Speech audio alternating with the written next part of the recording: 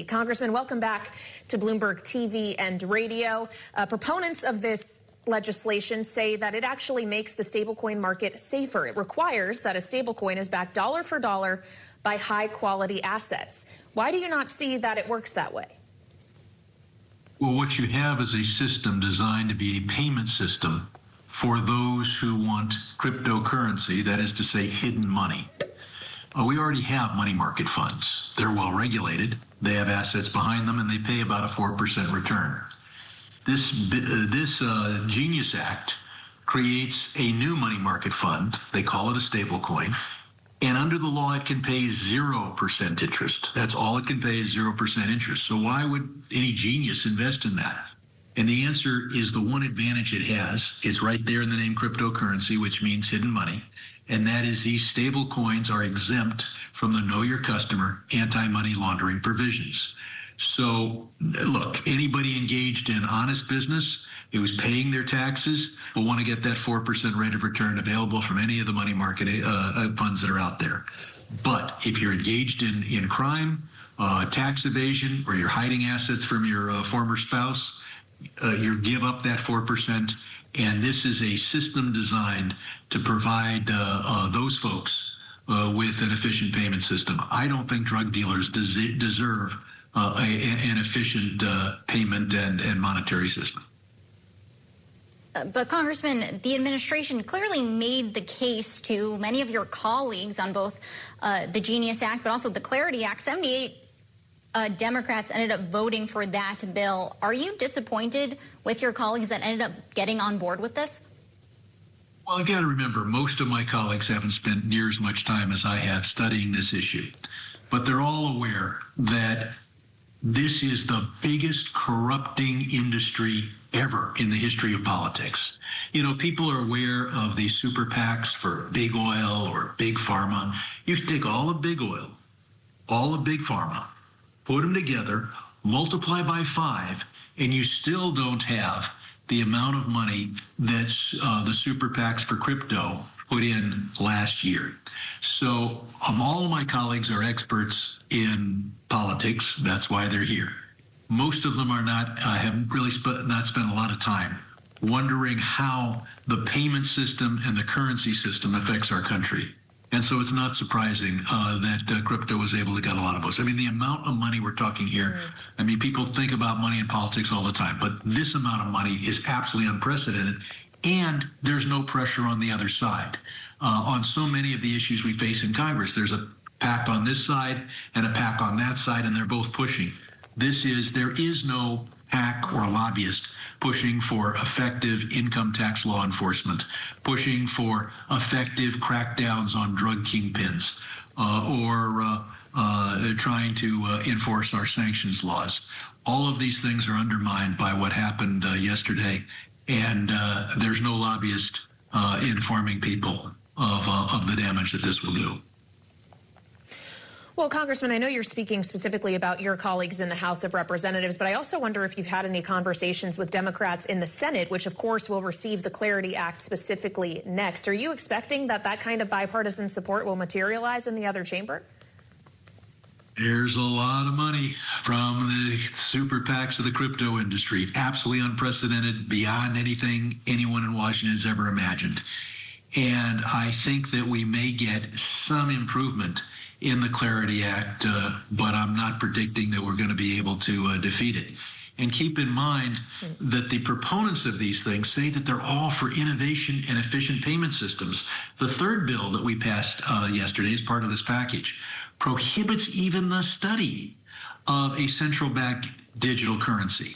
So when it comes to the dollar, their position is it must only be George Washington level technology, even though the Constitution says the federal government is supposed to create currency. They say yes, but only with 1776 technology. But the competitor to the dollar, the stable coin and the cryptocurrency, can use 21st century technology. That means that the proponents of these bills aren't for innovation. They're not for free choice. They're only for innovation and free choice when you're forced to choose to make the crypto bros a lot more money. And that, of course, includes Donald Trump. Congressman, you're on House Financial Services, which, of course, has partial oversight when it comes to the Federal Reserve. And we want to get your opinion here when it comes to the future of the Fed chair. But first, I'm just wondering what you make of the administration's argument for lower rate cuts as they do point to recent economic data. Every administration wants somewhat lower interest rates. I think that Trump may be making a political mistake, although I don't think that he will get the lower interest rates for political reasons. We may see lower interest rates, but they'll be based on data. And that's because those who argue that we shouldn't lower interest rates claim that it would increase inflation. And I think Trump will be judged next year based on the price of everything we buy. I think what he's doing is he won't get the lower interest rates that he keeps demanding, and then he'll turn to the American people next year and say, well, the economy sucks, but it's not my fault.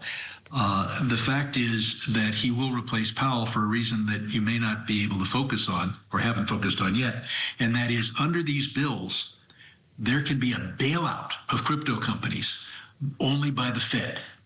And Jay Powell has made it clear he's not going to bail out crypto, but you can be sure the next guy will. Well, when we consider the next guy, Congressman, we understand on that short list could include the likes of the Treasury Secretary, Scott Bessent, the National Economic Council Director, Kevin Hassett. Would either of those be credible choices to you, given they already serve in this administration and are close to the president? Well, first, they have stood by and watched the president put pressure on the Fed and cross the line, and they haven't said anything about it. An independent central bank is critical to every important country. And what we've seen in Turkey and some other places where the government pressures the central bank is that it may achieve short-term political advantage for whichever political party, but it's terrible for their economy. The second thing, and I hope they get quizzed on this, is whether they would use Section 13.3 of the Federal Reserve Act to bail out crypto companies.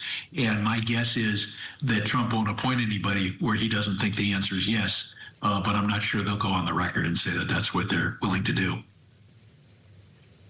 Congressman, I want to ask you about something else that made headlines this week, which is, of course, the passage of the rescissions package, because it's our understanding that this is actually going to be the first of perhaps a few coming from the administration. Now, Congress, of course, controls the appropriations process.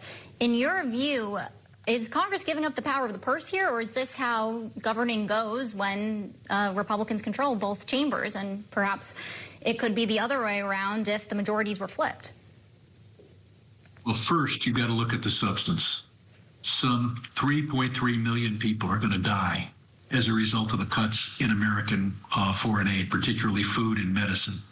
And the richest man in the world, Elon Musk, used many months of his time to take food and medicine away from the poorest people in the world. As to the methodology, Republicans are not in complete control here in Washington because some things require 60 votes in the Senate. But the rescissions process allows them to do this with only 50 votes in the Senate. And that is why both NPR, PBS, and our foreign aid program were gutted yesterday. What we have to do, and I think we may be headed for a government shutdown, because I think Democrats will insist that if we're going to pass new spending bills by September 30th, they can't be subject to this rescission, because they need 7 Democrats to vote to fund the government by September 30th, or the government shuts down. So they'll get those 7 by saying, here's the package, and then they'll use rescission to take away those elements of the package that Democrats find most important. So whatever bill we vote on in September that needs 60 votes in the Senate to pass the bill, we've got to provide that it takes 60 votes in the Senate to change the bill afterwards. Otherwise, we will be fooled. Well, your point is understood that Republicans don't completely control Congressmen, of course, have control of the House of Representatives. And President Trump is suggesting to make sure it stays that way post-midterms in 2026, that Texas should do some redistricting. And this is actually going to be something that is explored in a special legislative session in that state beginning on Monday. This is what the president said about that earlier this week. 5, I think we get 5. And there could be some other states we're going to get another 3 or 4 or 5 in addition. Texas would be the biggest one, and that'll be fine. Just a very simple redrawing. We pick up 5 seats. But we have a couple of other states where we'll pick up seats also. And Congressman, in response, your governor in California, Gavin Newsom, takes to X and says Trump says he's going to steal 5 congressional seats in Texas and gerrymander his way into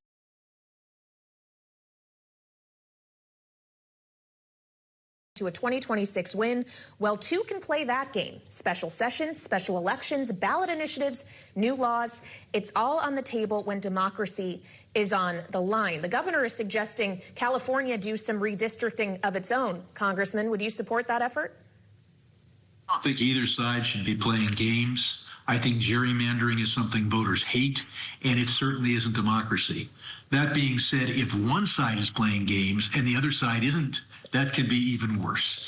So if we're going to have gerrymandering in Texas, which we shouldn't, then we may need it in California as well. For a long time, I've supported legislation to have independent commissions do the redistricting without partisanship in all 50 states. And that would be the real solution.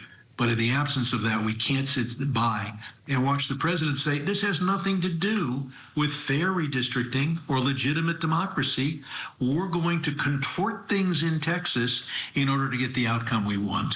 And certainly those who supported democracy in our country should not be enamored of Donald Trump. All right, Democratic Congressman Brad Sherman of California, thank you so much for joining.